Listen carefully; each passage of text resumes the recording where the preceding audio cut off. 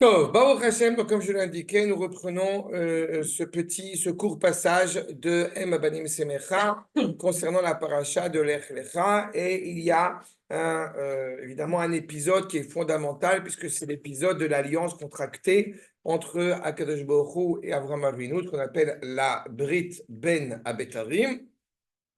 Et justement, que je vous soumets d'abord les versets pour qu'on ait le référent dans la paracha. Le Brit Ben Abed-Tarib, si je traduis littéralement, c'est l'alliance entre les morceaux, n'est-ce pas? On prend une bête, on la coupe en deux et on passe au milieu.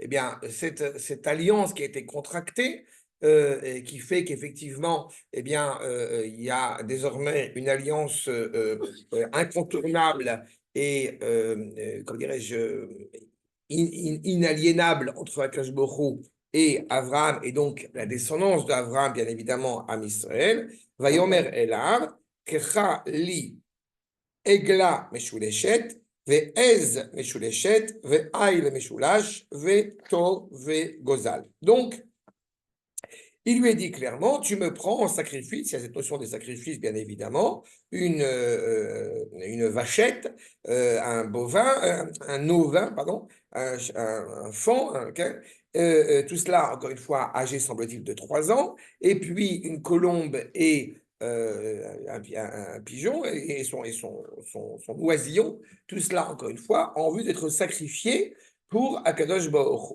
Et puis, il ajoute le verset suivant, et c'est là-dessus que je vais m'attarder, Vaikar lo et kol ele, donc il prend tous ces animaux, Vaivater, c'est-à-dire qu'il va les couper en deux, Otam betaver, Vaiten ish bitro, likrat reaou, Vetatzipor lobata. Il a coupé tout le monde, tous ces animaux-là, chacun se donne, encore une fois, l'un à son prochain, il va passer au milieu, je vais insister sur ce milieu, mais par contre, l'oiseau, eh bien, il ne l'a pas coupé en deux. D'accord? Un calme pour ce point. Pourquoi d'abord nous avons l'évocation de ces différents animaux? Le Midrash dans le Yalkut Shimoni va évoquer le fait que quand on pense à la Aigla, au Eiz, au Aïl, etc., eh bien en réalité, on pense aux différents royaumes dont on a dû malheureusement supporter l'exil pendant les différentes périodes de notre histoire, ce qui est déjà indiqué ici, n'est-ce pas? C'est-à-dire la Babylonie, la Perse, la Grèce, etc., qui est déjà, là aussi, encore une fois, indiqué ici. Quand on pense à, justement, cette alliance qui est contractée, et c'est toujours important d'avoir en tête que Akadosh correct Brit, il tranche une alliance. A priori, on contracte une alliance. Mais le fait qu'il tranche une alliance, ça met en évidence le fait qu'il y a une responsabilité, j'ai presque envie de dire à part égale, entre la responsabilité du Créateur et d'Abraham et de sa descendance sur la suite. Pourquoi couper des animaux en deux? Parce que et passer au milieu, eh bien, naturellement, quand un animal est coupé en deux, on a envie de le rassembler, de réunir, parce qu'il est coupé exactement en deux. Eh bien, c'est exactement l'objectif qui va être exigé de la part d'Abraham, justement, eh bien, de rassembler, de retrouver l'unité dans le monde. Mais pour ce, il faut être prêt à passer au milieu, c'est-à-dire passer au milieu de cette scission que va provoquer, qui va être motivée par justement les nations. Je me permets d'ajouter un point avant d'entrer dans le intertel sur le fait que c'est très intéressant de savoir pourquoi, eh bien, sommes-nous partis en exil. Et vous avez deux avis bien célèbres concernant cette épineuse question. Vous avez l'avis du Rabbi Yitzhak Abavanel et nous avons l'avis du Maharal. L'avis du Rabbi Yitzhak Abavanel, c'est parce que nous avons fauté, nous partons en exil. L'avis du Maharal, c'est qu'en réalité, c'est justement pour pouvoir parfaire cette unité pour le monde que nous partons en exil. Ou d'une autre formulation, de rassembler les étincelles, encore une fois, qui ont été perdues en exil, pour justement donner un sens à l'histoire même du monde. Dans le premier cas, c'est un châtiment, c'est une punition. Dans le deuxième cas, c'est justement un projet pour pouvoir parfaire le monde. Pour le Maharal, pardon, je t'ai noté. Le Maharal ne parle pas de punition. Le Maharal dit qu'on est parti en exil pour construire le monde. Et, d'une certaine manière, de ramener ces étincelles, justement, de sainteté en Israël pour pouvoir être le peuple de l'unité. Si je le traduis encore plus facilement, on a eu besoin de partir en exil pour pouvoir se construire en tant que nation. Puisque, par la même occasion, je vous le rappelle, la nature profonde de Yaakov, c'est d'être au Beth Midrash. Sauf que, comme nous le savons avec Abraham, eh bien, je ferai de toi une grande nation, c'est-à-dire qu'il y a une exigence de partir en exil pour apprendre à devenir Israël. D'accord? Israël, c'est-à-dire être prêt à combattre Esav, les messages d'idéologie véhiculés par Esav, pouvoir être prêt à la combattre, pouvoir s'assumer en tant qu'Israël. D'accord? Donc, ce sont deux aspects qui sont ici évoqués. Maintenant, d'accord, c'est clair, c'est clair sur ces. Je n'ai pas bien entendu Barbanel, il dit que c'est une punition. Qui? Barbanel. Rabbi Yitzhak Abarbanel, il met l'accent sur la vente de Yosef qui fait que on est parti en exil. Encore une fois, ce sont deux avis, mais en réalité, je pense que, modestement, si je ne vais pas trancher, mais oui, je pense que ce n'est pas une punition de partir en exil tant qu'on se sait en exil. Quand est-ce que ça devient justement un châtiment terrible? C'est quand on a oublié qu'on est en exil, quand on est en exil. C'est la fameuse bénédiction qui est énoncée à Abraham, ta descendance sera étrangère sur une terre qui n'est pas la leur. Tant qu'on est sur une terre qui n'est pas la nôtre et qu'on se reconnaît comme tel, bah, on est protégé. On peut vraiment se construire. Mais dès que Dieu préserve, on a le sentiment d'être américain, français, égyptien, républicain, israélite et tout ce que vous voulez, à ce moment-là, ça devient évidemment quelque chose d'absolument dramatique et c'est là où est la punition. C'est là où est le châtiment. D'accord? Et cette notion d'exil, bien évidemment, et cette notion de délivrance, ça me rappelle un épisode où David Ameller, après avoir échappé à Shaoul, alors on dit qu'il a fait l'idolâtrie. Il a honoré d'autres dieux. Est-ce qu'on peut envisager ça de David? Non, c'est pas possible. C'est pas la personnalité de David d'avoir fait l'idolâtrie. Quel moment? Quand il y a David et quand David, eh bien, il y a un conflit entre la fin de la royauté de Shaoul et l'avènement de la royauté de David. Il y a un conflit à ce moment-là. Et David fuit, David part, et on dit qu'il a, il a servi d'autres dieux. Alors on s'interroge comment c'est possible, surtout la personnalité de David. Eh bien, la Gemara va y répondre de la manière suivante, c'est pas qu'il a servi d'autres dieux, c'est qu'il a été en dehors d'Eretz Israël. Et du fait d'être en dehors d'Eretz Israël, c'est comme si tu avais servi d'autres dieux, comme c'est inscrit dans la Gemara, dans le traité de Ktubot. Cependant, on peut s'interroger malgré tout sur ce point. On peut s'interroger malgré tout sur ce point. Pourquoi? Parce que là où était David, il n'était pas en Chutzlaret, il n'était pas en dehors d'Eretz Israël. Donc, on ne peut pas dire que David aurait fait un acte problématique. Réponse, tant que l'endroit où il était n'était pas sous domination d'Israël. D'accord? Il était. C'est-à-dire que là où, il faut toujours avoir en tête, pourquoi on ne peut pas partir en Jordanie ou ne pas aller s'installer en Égypte, au fleuve du Nil, parce que ce n'est pas encore sous domination israélienne. Dès que c'est sous domination israélienne, on plus considéré comme étant une terre étrangère. D'accord? Maintenant, pourquoi? Ça va? Pourquoi est-ce que l'oiseau en question n'a-t-il pas été sacrifié? D'accord? Dans ces différents sacrifices. Et là, je vous ramène ce que nous dit le Rav Tertel. Donc, il reprend les enseignements de Noam Elimelech, qui est le Rav Elimelech de Lijansk, à côté de Tlemcen, comme vous le savez. Donc, à la Pasuk, Vaikachlo et Kolele. Il prend tout cela, Vaivater Otar, voyons, on retrouve le verset que nous avons cité. P. Kaver, Vaiten Ish Bitro Likadreu. Donne une partie, encore une fois, de sacrifice à son prochain. Et le tzipor, comme on l'a dit, l'oiseau, il n'a pas sacrifié. Et voilà ce que nous dit le Rav Tertel. Anemar et Avram Bevri Ben Abetarim, ce qui est dit dans cette alliance entre les morceaux, Vezel et Shono, Dayenu. Shemid Akol Ze Leumadze. Il a mis tout l'un en face de l'autre. Mais l'oiseau, de qui parle-t-on, nous dit le Rav quand on parle de l'oiseau? C'est le Rav Elimelech de Lijansk que cite le Rav Tertel. De qui parle-t-on quand on parle de l'oiseau? On a parlé un petit peu la semaine dernière avec la colombe, qui n'est pas la colombe de la paix, comme vous savez que ça. De qui parle-t-on? D'Israël. L'oiseau, il ne l'a pas sacrifié. Sous-entendu, justement, l'unité, la dimension d'Israël, Neged Klal Israël, En Lecha Davar, chez Yeshuar Neged Zchutar. Il n'y a rien qui peut se tenir face au mérite de l'entité hébraïque. Il ne faut jamais oublier que quand on parle d'Israël, on parle de l'entité de l'âme du peuple juif. On ne parle pas d'individus. Donc, si toutes les nations, puisque nous avons évoqué sur le Midrash, que les différents animaux évoqués, ce sont les nations qui, d'une certaine manière, vont automatiquement se couper en deux parce qu'elles vont favoriser justement une idole, donc elles sont automatiquement dans la séparation, dans l'idolâtrie, eh bien, Israël, lui, ne peut pas être coupé. Chez Gam Rechaim, même les méchants, il reprend ce qui est dans le traité de Brachot, qu'on connaît notamment à Rosh Hashanah, chez Gam Rechaim, Meleim Mitzvot Kerimon.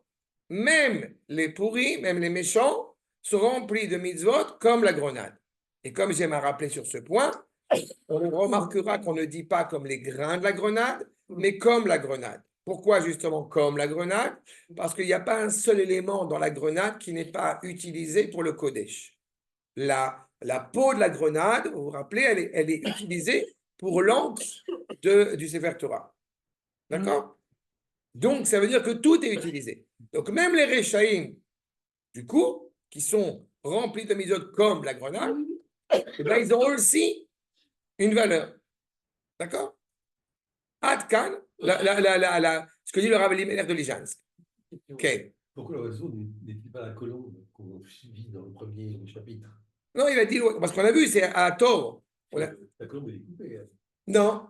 Il ne précise pas. Non, on a dit la colombe, l'oiseau, il n'est pas coupé. C'est les oiseaux. Ah, son livre. Okay. Non, l'oiseau. À tort va gozel. Regarde bien. À tort va gozel. C'est-à-dire la colombe, en l'occurrence l'oiseau, et son petit. Et ses petits. Ça veut dire, et c'est pour ça que ça va tout à fait dans la lignée de ce que nous dit le Rav Elimelech et le Rav Tertel qui va développer cela, ça veut dire qu'on peut avoir une réalité, malheureusement, où, justement, les oisillons, c'est-à-dire les individus, peuvent pâtir de l'histoire dramatique, encore une fois, proposée par les nations. Mais l'oiseau en tant que tel ne peut pas en pâtir. L'oiseau en tant que tel est intouchable. Il y a l'oiseau et les oisillons. Ce qui n'a pas été coupé en deux, c'est l'oiseau. D'accord? Et tu vas voir où est-ce qu'il va nous amener. Maintenant, nous dit le Rav Tertel, en citant, après avoir cité le Rav Elimelech, ce qu'il nous dit, voilà ce qu'il en sort. Kavanato lema, ce que nous dit justement ce qu'a dit le Rav Elimelech, Klalut Israël aime tzadikim. L'entité générale d'Israël, c'est des tzadikim. Je vais dire encore plus facilement que ça. Vous avez un soldat qui a un bras tatoué. D'accord? Je ne sais pas s'il fait Shabbat, je ne sais pas s'il mange kasher. C'est un tzaddik ou c'est un rachat? Alors, bien fait, t'as tout compris. Pourquoi c'est un tzaddik?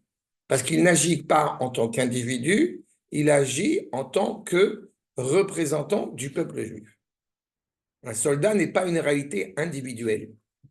Pas la preuve, entre parenthèses, comme j'ai déjà eu souvent l'occasion de le rappeler, quand les directives qui sont données aux soldats, surtout de ne pas prendre de stop.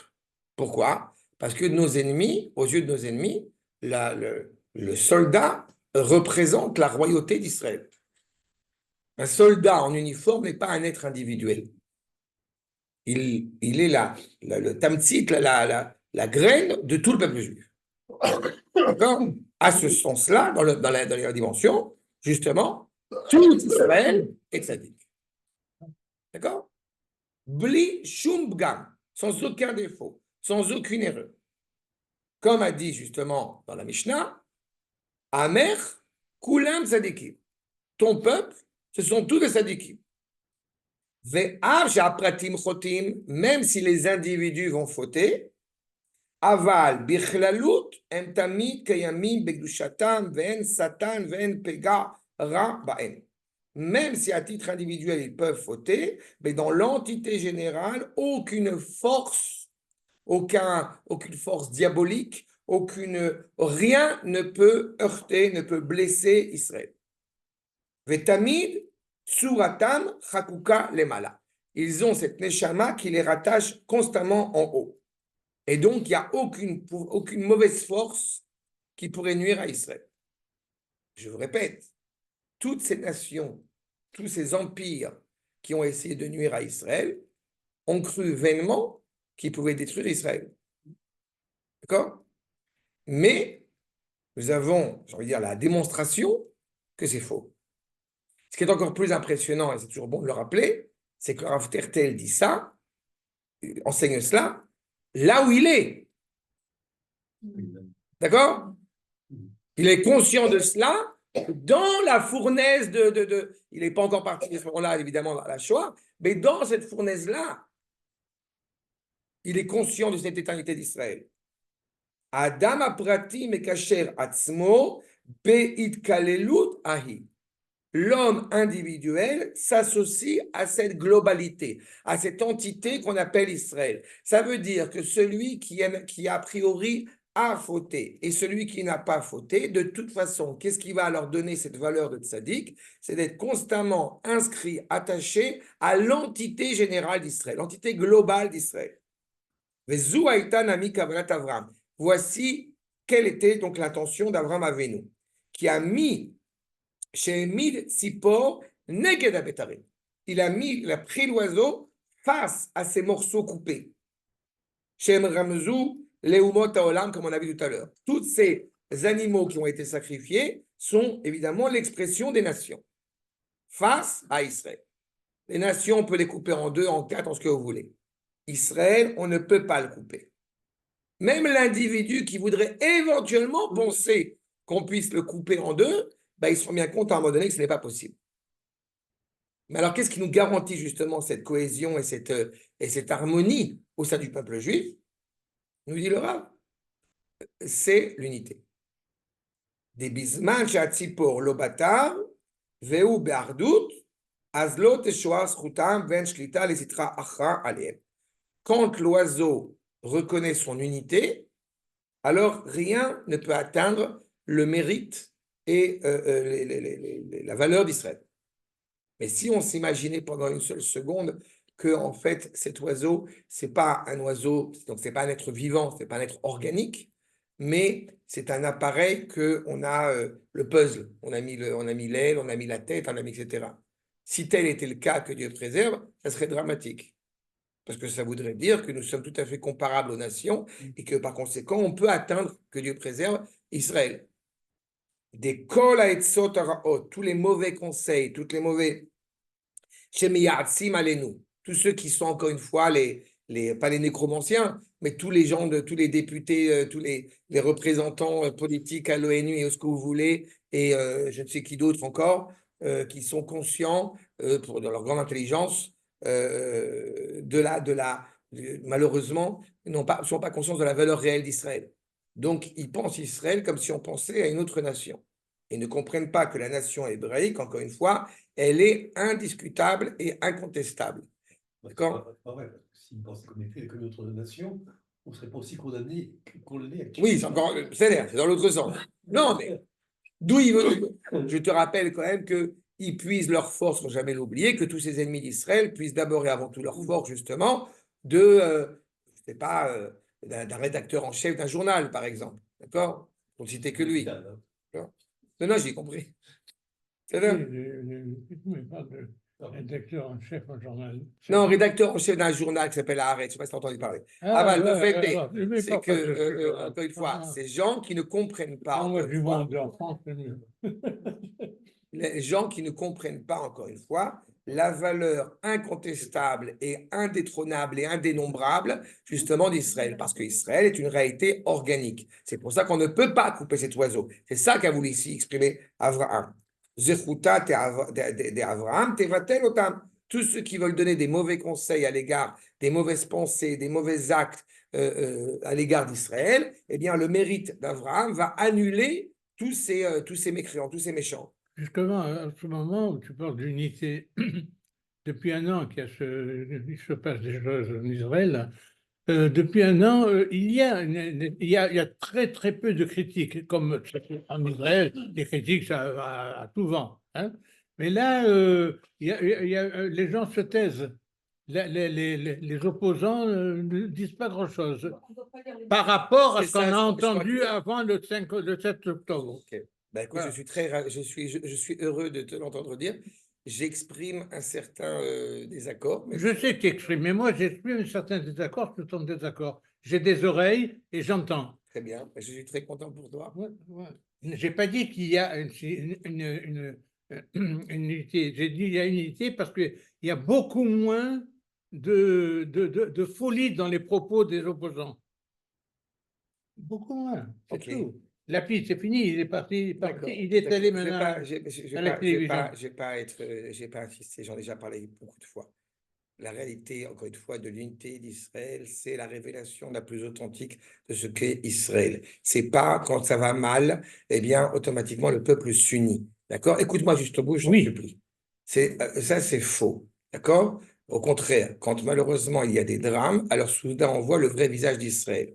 Mais le vrai visage d'Israël, quand il parle d'unité, sans être attaché au Kodesh, c'est une unité qui ne tient pas, qui ne dure pas. D'accord? Donc, quand tu dis, je suis très content pour toi de ton regard et de ton analyse, de ta sensibilité, mais pourquoi, encore une fois, je ne peux pas être malheureusement d'accord avec ce que tu dis, parce que justement, cette unité, elle n'est pas ratifiée par le Kodesh, et donc elle s'enflamme très vite, et elle se refroidit aussi très vite. D'accord? Donc, il y a des gens aujourd'hui qui s'expriment de manière très virulente à l'égard d'Israël, et quand je citais Shoken, qui est un exemple assez dramatique et assez scandaleux pour le coup, ça montre bien encore une fois il y a des gens qui ne comprennent pas le sens de l'histoire hébraïque et qui ne comprennent pas la valeur de ce que représente le peuple juif. Il faut être conscient que cette alliance qui est contractée, ce n'est pas une alliance face à l'empire égyptien, c'est une alliance qui est faite face à tous les empires qui vont se succéder l'un après l'autre. Dira le Ramban sur la réflexion de Abraham, justement, comment est-ce que on va surmonter tel ou tel ennemi, et que la réponse se veut extraordinaire. Gam et agoy dananochi. Si on dit, et cette nation-là aussi, je vais la juger, ça veut dire qu'on ne parle pas de l'Égypte. On parle de toutes les nations qui vont se succéder l'une après l'autre et qui vont vouloir porter préjudice à Israël, y compris de manière contemporaine, la réalité où nous sommes sortis de l'exil et nous savons pertinemment qu'au moment de la résurrection de notre nation, automatiquement, il y a de nouvelles difficultés à affronter. D'accord? Nous n'avons pas fini. Il y a un rôle, il y a une maturité à assumer. Et cette maturité ne peut pas être assumée uniquement par justement par la motivation de la colère. On est en colère contre nos ennemis, donc on s'unit. Cela, ça ne peut pas durer éternellement. tu as entièrement raison, je retire ce que j'ai dit. Merci. Parce que j'ai Vegan, oublié de constater que cette unité, malheureusement, elle est là, elle semble être là, parce qu'il y a la guerre, parce qu'il y a un danger. Elle est là, il faudrait qu'elle soit tout le temps.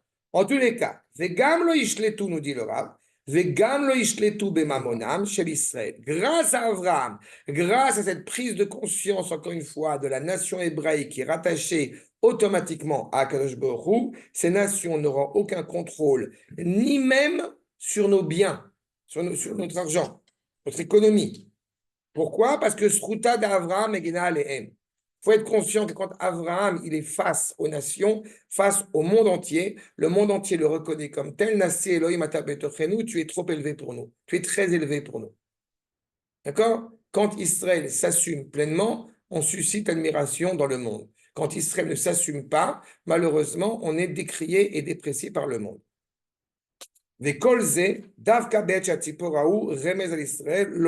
Justement, quand l'oiseau n'est pas sacrifié, n'est pas coupé en deux. J'ai vu la main de Dov, alors je vais reprendre. Quand Bibi avait dit Jérusalem, capitale éternelle de l'État d'Israël, le monde entier a dit ça va être la Troisième Guerre mondiale. D'accord? Il n'y a pas eu de Troisième Guerre mondiale, il n'y a rien eu du tout. D'accord? Quand on a tué Baruch Hashem, Nasrallah, Sinwar, Kenerbus Machot, les beepers ont été admirés dans le monde entier. D'accord? C'est exactement cela. Quand on commence à justement être frileux à l'égard du rôle qui est le nôtre, on suscite automatiquement la possibilité de critique en face. D'accord? J'ai entendu cette remarque d'un, je ne sais plus de quel journaliste français, qui donne une impression au sujet de notre Premier ministre, qui m'a beaucoup amusé, je dois dire. Il laisse entendre dans sa manière de parler que faites ce que vous voulez, je fais ce que je veux et je vais dire poli, je vous ennuie. D'accord? Eh bien, je trouve ça, au Hachem, très gratifiant et très plaisant qu'un journaliste français, pour le coup, soit capable de formuler une formulation pareille. D'accord? Et il faut bien comprendre que pendant 2000 ans, nous n'avons pas le loisir et le privilège de pouvoir dire je fais ce que je veux et va chez ta mère. Donc c'est toujours très impressionnant, encore une fois, que les nations en prennent conscience. Elles sont beaucoup plus fragiles, elles sont beaucoup plus frileuses à nous attaquer quand justement nous agissons avec force et quand le peuple juif est, encore une fois, agir avec la tête haute. Et justement parce qu'il est motivé par cette unité. Et je reprends, ce n'est pas seulement une unité parce qu'il y a la guerre, il y a une unité qui est rattachée au Kodesh, bon gré à Kadosh Baruch Hu, bon gré malgré nous. Quand je dis bon gré, c'est qu'il y a une prise de conscience de cette identité.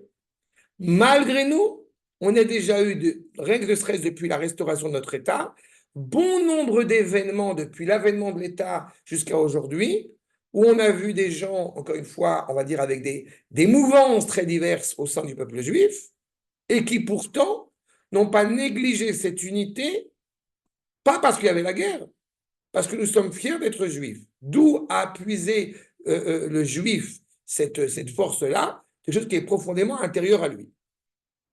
C'est comme l'exemple que, je ne sais pas si vous avez cité cet exemple, qui a beaucoup fait rire, un juif qui s'est dit athée, parce qu'il y avait cette histoire d'enlever le patch sur l'uniforme militaire, il y a écrit Mashiach, machin et tout, c'est pas réglementaire et tout ça, et il y a un soldat qui a diffusé sur Facebook, je suis athée, mais j'ai le truc Mashiach sur ma casquette, parce que je me suis rendu compte que quand je vais à Gaza, ils ont peur, donc je suis content de le mettre. Voilà, donc quelque chose, encore une fois, qui est profondément intérieur, et c'est justement cet oiseau qui est un coupable. Je suis athée, Dieu merci. Ouais. C'est vrai.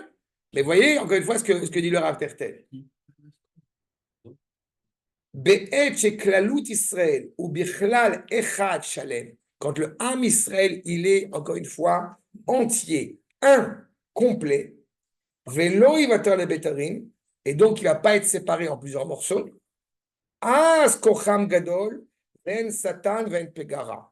Alors à ce moment-là, aucune force diabolique, aucune scorie, aucune tâche ne peut entacher la grandeur et la couleur et l'unité d'Israël.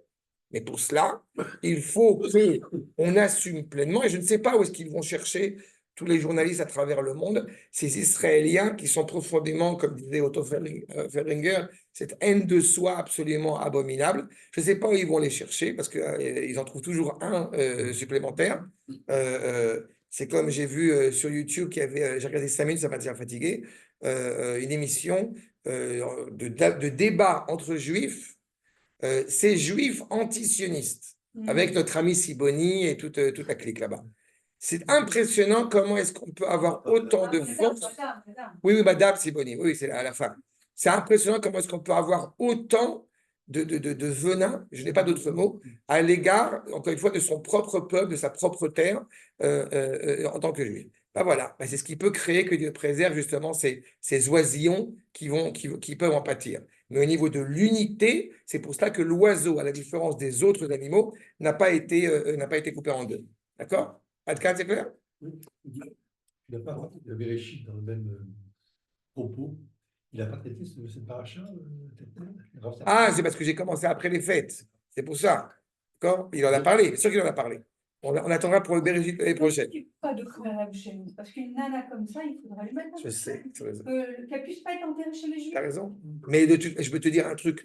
Non, je vais te dire un truc sur quoi tu as tout à fait raison ce que tu as dit maintenant. Et la question, elle a été posée déjà. Et je l'ai dit, je l'ai assumé. Je ne pense pas évidemment qu'elle voudrait me demander un prêt. De toute façon, je n'ai pas les moyens. Mais il est certain que si une femme comme elle ou comme Ofer Kassif mettait les pieds chez moi, il ne pourrait pas toucher ma bouteille de vin. Ouais. Ça, je te le dis. Ben, D'accord? La question de la bouteille de vin, la question de prêter à intérêt, c'est toute la controverse entre Rabbi Meir et Rabbi Yehuda dans le traité de Kedoshim. Est-ce qu'on doit les considérer comme étant nos frères ou non? Je ne sais pas qu'ils n'étaient pas nos frères, mais est-ce qu'on doit les considérer comme étant nos frères? Eh bien, la halakha a tranché selon justement Rabbi Meir, c'est que non. Ils ne peuvent pas perdre l'appellation de fils ou de fille d'eux, c'est-à-dire vis-à-vis d'Akadosh Baruch Hu, mais quand on a un comportement justement qui s'est retiré, qui s'est coupé du clan, comme on dit le traitement dans Pessah, Aracha, Kofer Baïkar. C'est lui qui est Motsi et Tatsumina klal. Il s'est sorti du collectif juif. Quand on agit avec un Streimel ou sans Streimel contre le peuple juif de manière aussi virulente, on a le droit d'avoir un avis critique à l'égard d'un gouvernement, c'est pas ça la question.